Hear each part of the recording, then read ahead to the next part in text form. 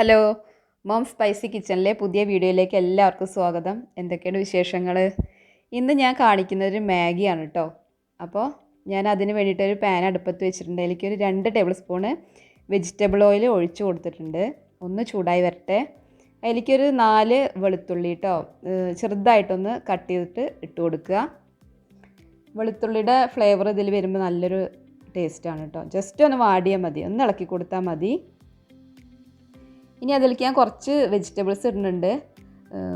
ഒരു സവാളയുടെ പകുതി ഇട്ട് കൊടുത്താൽ മതി. പിന്നെ ഒരു ക്യാരറ്റിൻ്റെ പകുതി, ഒരു ക്യാപ്സിക്കത്തിൻ്റെ പകുതി, അതുപോലെ ചെറിയ ഒരു തക്കാളി, പിന്നെ ഫ്രോസൺ പീസ് അത് കുറച്ച്, പിന്നെ ഒരു പച്ചമുളക് അതും കൂടി അതിലേക്ക് ഇട്ട് കൊടുത്തിട്ടുണ്ട്.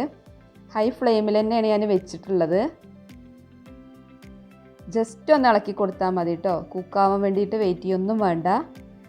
ജസ്റ്റ് ഒന്നിങ്ങനെ ഇളക്കി കൊടുത്താൽ മതി. നമ്മളിതിന് വെള്ളമൊക്കെ ഒഴിച്ചിട്ടാണല്ലോ വേവിക്കുന്നത്, അപ്പോൾ വെജിറ്റബിൾസൊക്കെ വെന്ത് വന്നോളും. ഇനി ഞാനിതിലേക്ക് കുറച്ച് പൊടി ഇട്ട് കൊടുക്കുന്നുണ്ട്. മഞ്ഞൾപ്പൊടി ഇട്ട് കൊടുക്കുക കേട്ടോ, ഒരു 1/4 ടീസ്പൂണ്.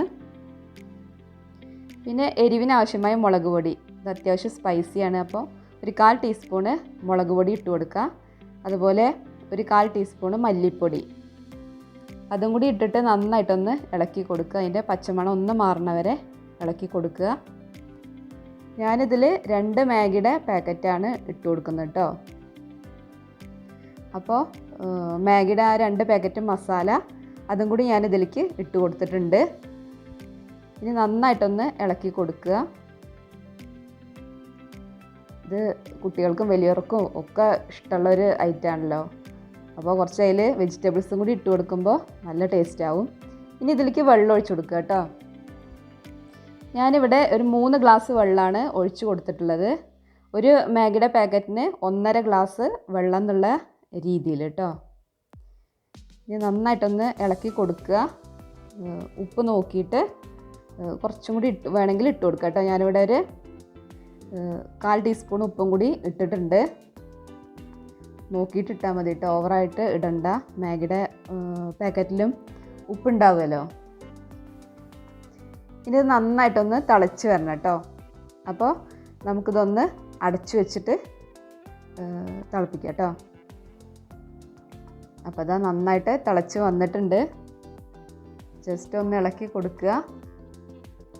ഇനി ഈ സമയത്ത് നമുക്ക് മാഗിയുടെ ഇട്ട് കൊടുക്കുക. ഞാൻ ഒന്ന് പൊട്ടിച്ചിട്ടുണ്ട് കേട്ടോ. ഇനി നിങ്ങൾക്ക് പൊട്ടിക്കാറുണ്ടെങ്കിൽ അങ്ങനെ ഇട്ട് കൊടുക്കുക. ഞാനിവിടെ 2 എണ്ണമാണ് എടുത്തിരിക്കുന്നത്. അപ്പോൾ നന്നായിട്ടൊന്ന് ഇളക്കി കൊടുക്കുക. ഇനി നമുക്കിതൊന്ന് അടച്ചു വെച്ചിട്ട് വേവിച്ചെടുക്കാം കേട്ടോ.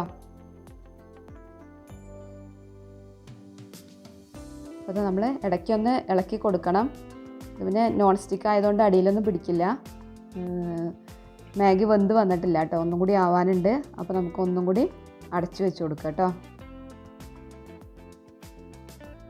ഇതാ മാഗിയൊക്കെ അത്യാവശ്യം കുക്കായി വന്നിട്ടുണ്ട്.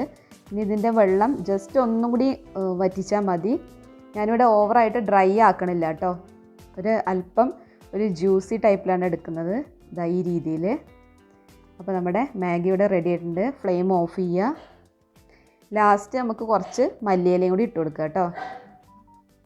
അപ്പോൾ നമ്മളെ അടിപൊളി മാഗി ഇവിടെ റെഡി ആയിട്ടുണ്ട്. എല്ലാവരും അത് ട്രൈ ചെയ്ത് നോക്കുക കേട്ടോ.